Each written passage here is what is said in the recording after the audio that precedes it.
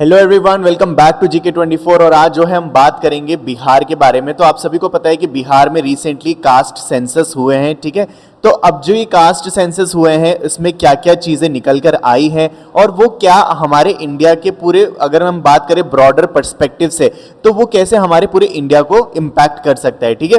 तो अभी जो है आपने रिसेंटली न्यूज़ देखी होगी कि जो OBC है ना और जो EBC है यानी कि एक्सट्रीमली बैकवर्ड क्लासेस और अदर बैकवर्ड क्लासेस जो हैं बिहार के अंदर वो सबसे ज़्यादा हैं, ठीक है।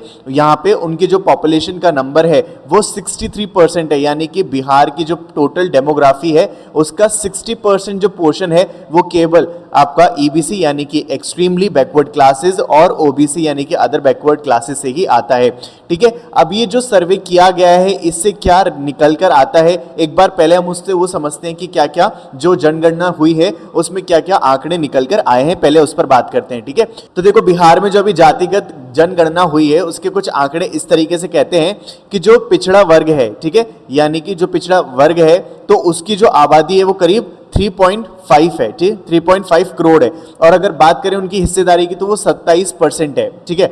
और अति पिछड़ा वर्ग, ठीक है, जो एक्सट्रीमली बैकवर्ड क्लासेस है उनकी जो पूरी टोटल पॉपुलेशन है वो है 4.7 करोड़, ठीक है, लगभग इतनी। और ये जो पूरा कंस्टिट्यूट करता है वो है 36%, और दोनों को मिला दें तो ये बन जाता है 63%। तो बिहार की मेजॉरिटी पॉपुलेशन जो है वो है 63%, मतलब किससे बनती है वो, पिछड़ा वर्ग यानी कि OBC और ये है एक्सट्रीमली बैकवर्ड क्लासेस, इन दोनों से मिलकर बनता है। हालांकि हम लोगों को ये पहले से पता था, बिहार के अंदर इस तरीके के आंकड़े बहुत ज्यादा नए नहीं है, ठीक है। हम लोगों के अंदर एक ऑलरेडी परसेप्शन था कि हाँ बिहार में ऐसा कुछ निकल के आ सकते हैं आंकड़े। लेकिन अब जो है यहाँ पे अगर आप बाकी के दूसरे आंकड़ों को देखो तो यहाँ पे अनुसूचित जाति जो है वो 2.5 करोड़ है, जिनकी जो हिस्सेदारी है वो है 19% ऑलमोस्ट, ठीक है। अनुसूचित जाति है जो मतलब जो रिजर्व कैटेगरी के अंदर नहीं आती वो है 1.6, ठीक है। और यहाँ पे जनरल कैटेगरी जो कि लगभग 2.2 करोड़ है, उनकी मतलब कितनी हिस्सेदारी रखते हैं वो 15% की, ठीक है। अब देखो यहाँ पे, तो यहाँ पे जो है हमारे जो अभी रिसेंटली जनगणना हुई तो इसमें हमने देख लिया कि कैसे जो है कास्ट के बेसिस पे हमने चीजें देखी, मतलब यहाँ पे कि कौन सा वर्ग जो है कितना परसेंटेज होल्ड करता है। और अगर बात करें जाति के धर्म पर तो देखो, हिंदू जो है वो हिंदू कम्युनिटी जो है वो सबसे ज्यादा है, जिसकी जो टोटल अगर बात करें परसेंटेज में तो वो लगभग 82% उनकी पॉपुलेशन है, ठीक है। और अगर मुस्लिम की बात करें तो वो है 17%।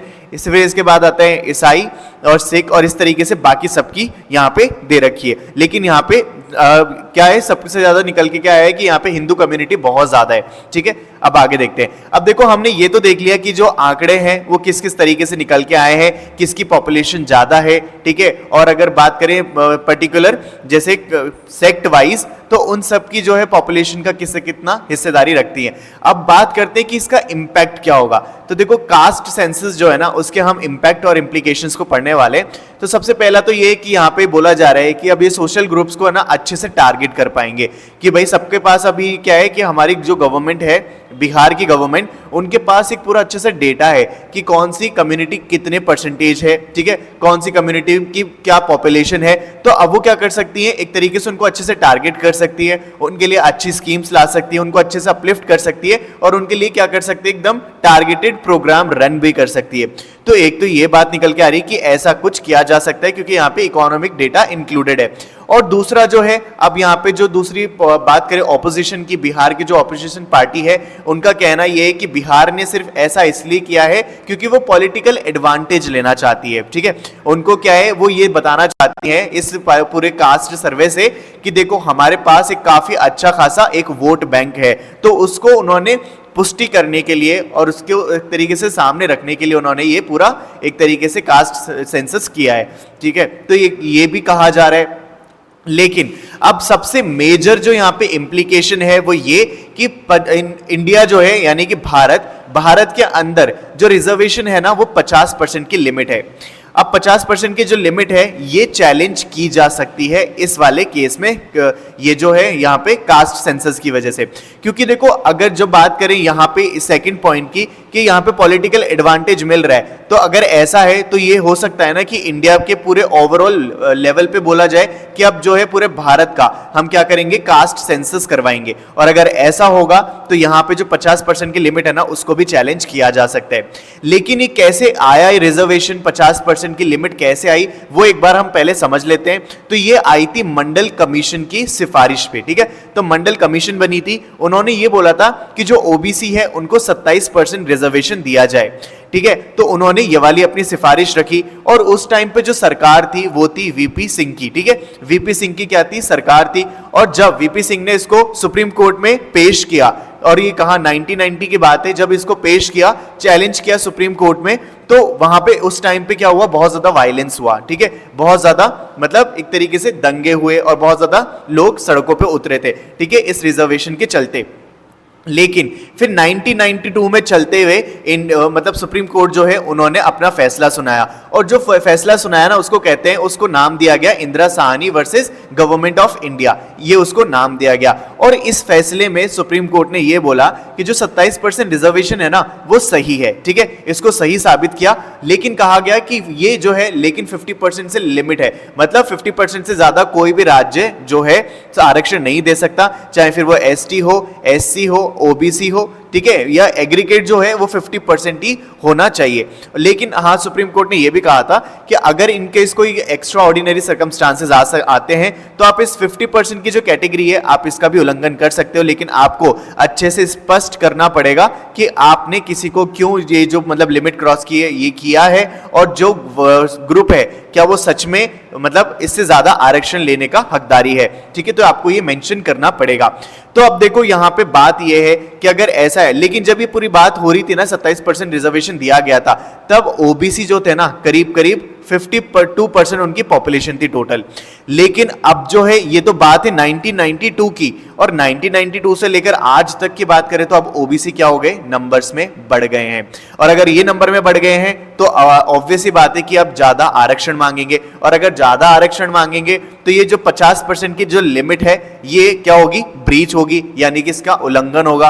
और अगर इसका उल्लंघन होगा तो ये कहां जाएगी, सुप्रीम कोर्ट में, और अगर सुप्रीम कोर्ट में जाएगी तो फिर से क्या हो सकता है, वायलेंस हो सकता है, दंगे हो सकते हैं, ठीक है। और अगर ऐसा होगा तो एक बार फिर से इंडिया क्या होगा, जातिगत आधार पर विभाजित हो जाएगा, जातिगत आधार पर क्या होगा, विभाजित हो जाएगा, ऐसा अनुमान लगाया जा रहा है। तो इसका बेस्ट सोल्यूशन क्या है कि भाई जो नंबर है ओबीसी और ईबीसी के वो इंक्रीज हो गए, तो ये तो हमने बात कर ही ली कि ये डिमांड जो है 50% लिमिट की वो भी इंक्रीज हो जाएगी।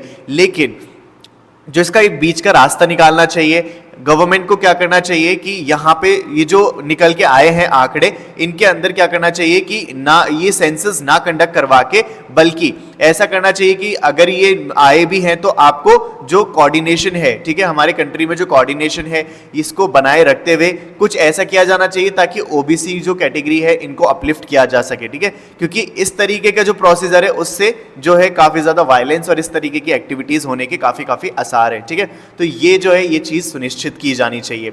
लेकिन मैं जानना चाहूंगा आपकी क्या राय है इस पूरे मुद्दे पर, तो आप मुझे कमेंट बॉक्स में जरूर बताना कि आप क्या सोचते हो इस पूरे मुद्दे पर, ठीक है। और इसी तरीके की वीडियोस को पाने के लिए, उम्मीद है वैसे तो आपको वीडियो पसंद आई होगी, और इसी तरीके की वीडियोस को पाने के लिए आप चैनल से जुड़ना ना भूलें। यहाँ पे जो सब्सक्राइब बटन है आप उसको प्रेस कर लें, और यहाँ पे बेल आइकन को भी दबा दें, जैसे ही मैं कोई वीडियो डालूं आपके पास नोटिफिकेशन आ जाए। और देखो यहाँ पे जो GK24 एप्लीकेशन है इसके बारे में आपको थोड़ा सा ब्रीफ में बता देता हूँ। ये आपके लिए बहुत ही ज्यादा एक एप्लीकेशन जो है वरदान साबित होगी, क्योंकि मैं यहाँ पे जो है डेली बेसिस पे करंट अफेयर अपलोड करता हूँ, लेटेस्ट करंट अफेयर। इनफैक्ट ये जो करंट अफेयर होते हैं वो हिंदी और इंग्लिश दोनों में होते हैं, और यहाँ पे बहुत सारे MCQ है जिनको आप अटेम्प्ट करके देख सकते हो आपकी तैयारी कितनी है। और तो और यहाँ पे आपको काफी सारा स्टडी मटेरियल भी मिलता है, ठीक है। ये सारा कुछ फ्री ऑफ कॉस्ट है, आपको कोई सब्सक्रिप्शन नहीं लेनी, मैं आपका काम जो है आसान कर देता हूँ। डिस्क्रिप्शन में मैंने इसका लिंक डाला हुआ है, आप वहां पे जाके इसको डाउनलोड कर लेना और ज्यादा से ज्यादा इसका यूज करो। तो thank you so much for watching this video. अपने दोस्तों के साथ शेयर करो, लाइक करो वीडियो को, और कॉमेंट करके बताओ आपकी क्या राय है और आपको कैसी लगी ये वीडियो।